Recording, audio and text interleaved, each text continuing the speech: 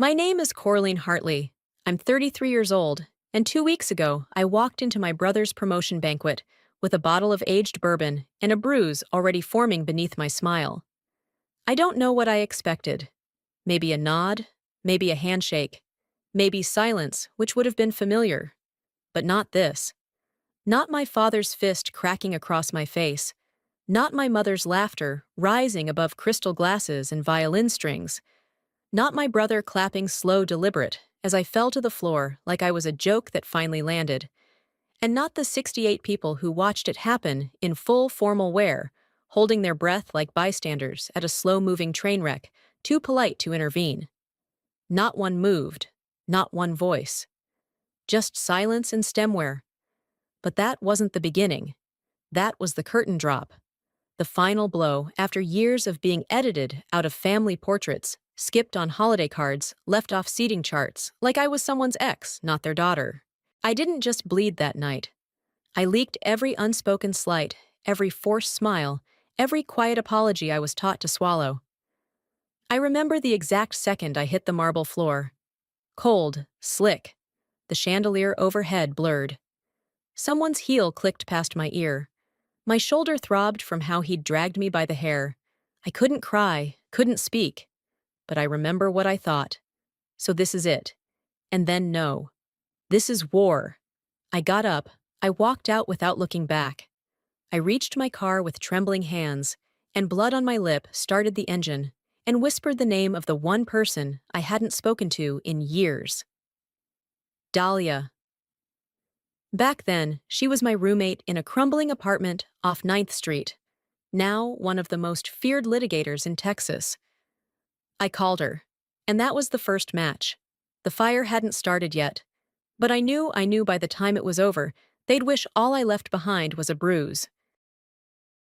The ballroom was 3 floors above ground, tucked into the rooftop of the Whitmore Hotel, a place where the chandeliers looked like they cost more than my rent, and the servers moved like shadows in a ballet.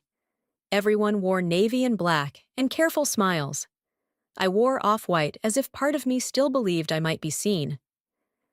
I arrived just before 7, not late enough to slip in unnoticed, not early enough to pretend I belonged. My heels clicked across the marble like a warning. No one turned. At the far end of the room, I spotted my mother, first perfect posture, perfectly timed laughter, dressed in ivory with a neckline that said elegance and a smile that said control. She moved through the crowd like a politician. Every gesture meant something. She hadn't seen me yet. That was its own kind of mercy. Near the bar stood my father, older than I remembered, still broad-shouldered, still carrying that same air of silent expectation. His drink looked untouched. His gaze scanned the room like it owed him something. And in the center beneath the chandelier, Eli. My little brother, the man of the hour. Commander Eli Hartley. Navy stripes pressed sharp into his shoulder, grinning like he was made of brass and applause. People hovered around him, hands out, eyes, wide voices pitching upward to match his energy. He saw me. For just a second, our eyes met across the crowd. Then he turned his back. That one motion should have sent me home. But I stayed. I found a corner. I stood behind a marble column near the dessert table, watching strangers toast his courage, his discipline, his exemplary service. I was proud once long ago before I knew what he'd taken. Before I realized where the medals ended and the manipulation began. A woman I didn't recognize leaned in. "It's nice you came," she said, like she was offering me credit for breathing. "Family means showing up." I smiled. Nodded her through her. "Wouldn't miss it," I said. A lie, but one I'd learned to say well. Minutes passed, maybe hours. Conversations blended into white noise. I sipped water from a flute meant for champagne and told myself I didn't feel small. That the tightness in my chest wasn't old panic returning in formal wear. Then I felt the shift. My mother's voice low and close. "You didn't have to come, Coraline," she said, her hand ghosting over my shoulder like a threat in silk. "If you had nothing kind to say." I turned to face her. I didn't realize existing counted as commentary. Her smile stayed, but her eyes didn't. And behind her, I saw Eli weaving through the crowd, a whiskey in his hand, and something meaner in his mouth. He was coming. And I fool that I still was stayed exactly where I stood. Eli stopped 2 feet in front of me, swirling the amber in his glass, like he was about to give a toast. "Well," he said, smirking, "still designing logos in your pajamas." I didn't flinch. "Not anymore. Still using other people's money to play soldier?" I asked, voice calm too even. His expression twitched just barely, but it was there. The flicker. The first crack in his mask. He stepped closer, lowering his voice. "Not everyone's built for service, Coraline." "No, I said some people are just built for show." That did it. The air shifted like static before a storm. Behind him, I saw our father turn. His eyes found me like heat-seeking steel. Jaw-tight, shoulders squared. I barely had time to process it before he was there. "What did you just say?" he snapped. I opened my mouth not to apologize, not to explain, just to speak, but I didn't get the chance. His fist came faster than thought, a hard, dry crack across my cheekbone that sent light exploding behind my eyes. The flute fell from my hand, shattered somewhere near my feet. But no one moved. Not a single gasp. Not one raised voice. It was like time paused, but only for me. He grabbed a fistful of my hair, yanked me backward so violently my heels scraped against the floor. My breath left my body in a soundless choke. We passed rows of people in suits and gowns. Some turned away. Some pretended their drinks suddenly needed more ice. Not one arm reached out. And then I heard it. My mother's laugh, high tinkling like the climax of a dinner joke. And Eli, he clapped. Slow, methodical, like punctuation. "You had it coming," he said, the words slicing cleaner than the hit ever did.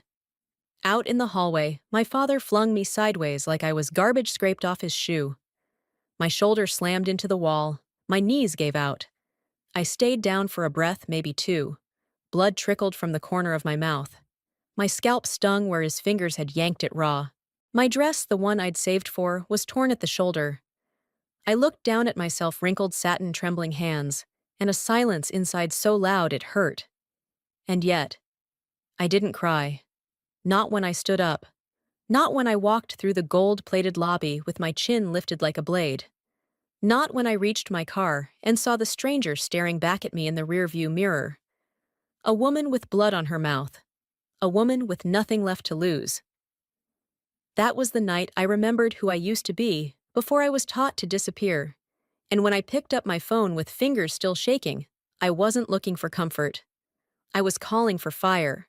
I sat in my car for a long time, watching my reflection in the windshield like it might flinch before I did. Blood was drying at the corner of my mouth. I wiped it away with the back of my hand, slowly, deliberately.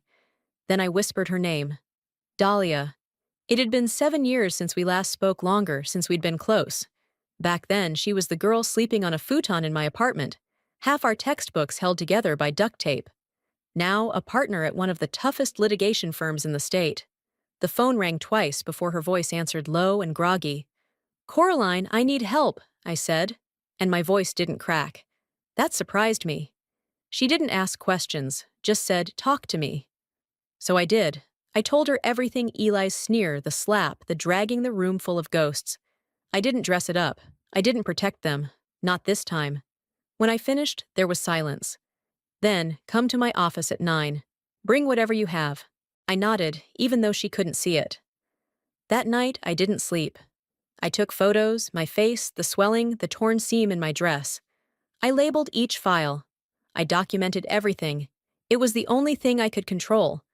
Then I called Wesley. He was my landlord, technically. But he'd been more than that once. A retired financial crimes investigator who lived downstairs and treated paperwork like scripture. If anyone could find the money trail, it was him. He texted back 5 minutes later. "You're safe. I'll dig." Those 4 words felt like armor. The next morning, he met me on the front steps with a manila folder, thick and grim. "They didn't just hurt you," he said, "they stole from you." Inside were bank statements, wire transfers, trust withdrawals. My name was on every one of them. My signature forged. The destination accounts all traced back to Eli. shell corporations, foreign banks, money funneled out over years. They drained your inheritance, Wesley said. Used it to fund his career, his promotion that party. I stared at the numbers, trying to make them mean something. They used my future, I whispered, to celebrate the man who clapped while I bled. Wesley said nothing. He didn't have to, because something colder than rage settled in my chest. Something surgical, something final. This wasn't just personal anymore. It was criminal, and I was done playing quiet. I told them I'd come alone. That was the only way they agreed to meet at the old house on Pine Grove Lane. Same two-story colonial, where I grew up pretending not to hear what was said behind doors. Same porch swing that creaked like memory. The lights were already on when I pulled up. I didn't knock. My mother answered before my hand touched the doorbell. She looked smaller in person, like someone had turned the volume down on her over the years, but the smile was the same. Sharp, practiced. "Coraline," she breathed. "Thank you for coming." I didn't answer, just stepped inside. The living room looked staged. Nothing out of place, not even the rug. My father sat stiffly on the leather armchair tie, straight fingers laced. Eli sprawled across the couch like he still owned the room. My mother folded her hands like we were at tea. On the coffee table sat a thick white folder. "I assume this is the part where you pay for my silence," I asked. My father didn't blink. "We'd like to resolve this quietly," my mother added, "as a family." Eli scoffed. "Because someone's blowing this way out of proportion." I looked straight at him, still proud of clapping while I bled. His smirk faltered. That was enough. My father shifted. "Take the offer, sign the agreement. Let this go." I picked up the top page. Non-disclosure, waiver of claims, gag order dressed like a gift. "Funny," I said, placing it back down. "You think my silence still has a price?" "It's just a bruise?" Eli muttered. "Why blow up the family? You watched him drag me by the hair," I said. "And you applauded." That's when I saw it, a small voice recorder, half hidden behind a lamp. They wanted to trap me, catch me angry, desperate, foolish. I stood, smoothed my jacket. "You still think I'm her, the girl who let you call silence love? The one who shrank herself so you could feel bigger?" My father rose. "Don't push this." I looked him in the eye. "You think this is pushing? No. This is warning." And then I turned and walked out, calm, certain, because I didn't need them to listen anymore. I was done speaking quietly. The diner was nearly empty when I slid into the booth across from Dahlia. She was already there, laptop open, blazer-sharp expression, unreadable. Next to her sat Rick Monroe, Wesley's old contact, former federal auditor, now semi-retired, but still dangerous with a spreadsheet. I handed over the flash drive. Everything's on it. Video, financials, timeline, photos, statements. Dahlia didn't look surprised, just nodded. Good. Rick glanced at the file, then back at me. "This is enough to get 3 investigations opened. Maybe 4. "Then let's not waste time," I said. That night, Dahlia contacted a journalist she trusted, Jenna Park, independent, relentless, and not afraid to print what the big outlets wouldn't touch. By sunrise, the article was live. They called her quiet, the daughter they tried to erase. The video was clipped clean, no sensationalism. Just truth. My father's hand, my mother's laugh, Eli's applause. By noon, it had gone viral. Calls flooded their company office. A defense contract suspended. Eli's resignation announced before dinner. Sponsors pulled funding. Clients walked. But I stayed silent. No interviews, no quotes. Let the images speak. Let the silence scream. That night, a text came in from an unknown number. "You think you've won. You don't know what's coming." It wasn't my father. It wasn't Eli. It was someone worse. But I didn't flinch. Because for the first time in my life, I wasn't the secret. I was the storm. The courthouse smelled like dust and ink and nerves. Reporters lined the hallway, cameras flashing like paparazzi outside a red carpet. But this wasn't a premiere. It was a reckoning. I walked in with Dahlia at my side, Rick 2 steps behind, with the records file clutched like a loaded weapon. We said nothing. We didn't need to. Inside, my family sat across the aisle. My father in a gray suit that looked too tight around the neck. My mother in pearl earrings she'd probably chosen to look soft. Eli, clean-shaven jaw, locked eyes everywhere but mine. The judge flipped through our documents slowly. The more he read, the quieter the room got. "This isn't a civil dispute," he said finally, his voice low and dry. "This is criminal and deliberate." That's when the shift happened. My mother looked down, her hands clasped too tight in her lap. My father turned red, but said nothing. Eli finally looked at me, and for the first time, there was no smirk, no performance. Only fear. The prosecutor requested a formal investigation into financial fraud and willful abuse. Dahlia didn't flinch. She was made for this. Every objection from their side was blocked. Every page of evidence hit like a gavel. And I didn't cry. I didn't shake. I sat still. Because I wasn't the victim here. Not anymore. When the session adjourned, reporters swarmed the exit. One shoved a mic toward me and asked if I had anything to say to my family. I paused, glanced over my shoulder, and said calmly, "I hope one day they understand that love is not about control, and silence is not forgiveness." Then I walked into the sunlight cameras flashing behind me, and for the first time in years, I didn't flinch. I didn't shrink. Because in that moment, I wasn't just Coraline Hartley, daughter of the Hartleys of Pine Grove Lane. I was Coraline Hartley, the woman they underestimated, and the one they couldn't silence. 2 months passed. The news cycle moved on, but the fallout didn't. My father's company was under federal audit. My mother stopped appearing in charity fundraisers. Eli moved out of state. No one sent apologies. I didn't expect them to. I wasn't waiting anymore. My days became quiet again, but it was a different kind of quiet. Not the silence of being ignored, the silence of peace. I moved into a new apartment downtown. Nothing extravagant, just mine. I painted the walls myself, hung up the photographs I used to hide in drawers me at 21 on a solo trip to Oregon, smiling without looking over my shoulder. I started freelancing again.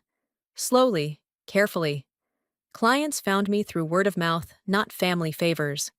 Some nights, I'd still wake up thinking I was back in that ballroom, frozen, humiliated. But then I'd hear the hum of my own fridge, my own life. And I'd remember that night didn't break me. It revealed me.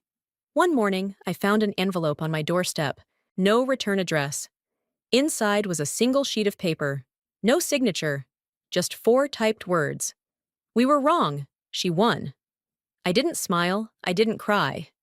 I folded the paper, slipped it into the drawer with my case files, and made coffee. Because I didn't need an apology. I had the truth. And that was enough. For years, I believed that endurance was love. That if I kept quiet, kept smiling, kept showing up, no matter how many times I was cut out of the photo, they'd finally see me. I thought surviving meant swallowing the pain so deeply no one else could hear it echo. But silence isn't survival. It's surrender disguised as grace. They didn't destroy me that night in the ballroom. That was just the final act.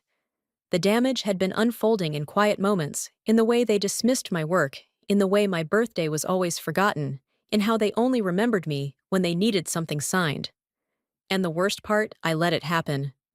I let them decide what parts of me were acceptable. Until I stopped. Until I realized my voice wasn't dangerous, it was necessary. That naming what they did wasn't betrayal. It was truth. I didn't seek revenge. I didn't want to hurt them the way they hurt me. I wanted air, light, clarity. So I gave the silence back to them, emptied of its power, and I spoke. Not in screams, but in records, in courtrooms, in evidence, in calm, deliberate sentences that no one could talk over. And in doing so, I reclaimed more than my name. I reclaimed my reality. So if you've ever been told you were too sensitive, too much, too angry, know this. They were just hoping you'd stay small enough to ignore. You don't have to.